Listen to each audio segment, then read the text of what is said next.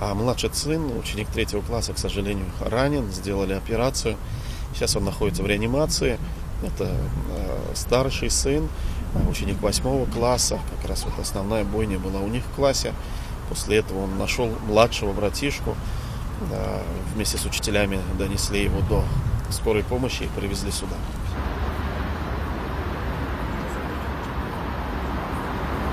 Человек, вооруженный огнестрельным оружием, ворвался в класс и начал расстреливать людей. Он ничего не выкрикивал, но до того, как он это сделал, мы услышали взрыв на лестничной площадке прямо под нашим классом. После чего наш классный руководитель сказал всем спрятаться под парты, и благодаря этому многие из нас не сильно пострадали.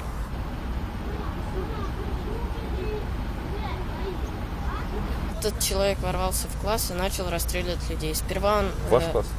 Да. Сперва он стрельнул 2 раза учительнице, нашему классному руководителю, которая вела татарский язык, в ногу 2 раза. И начал расстреливать позже поочередно по рядам.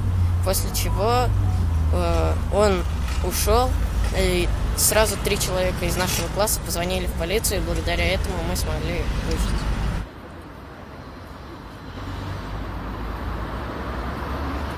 После того, как я вышел на территорию, где было безопасно, я начал искать своих, так скажем, классных друзей, которые, к счастью, нашлись, и многие даже не сильно пострадали. А потом я нашел классную руководительницу своего братишки и спросил у нее, где мой братишка.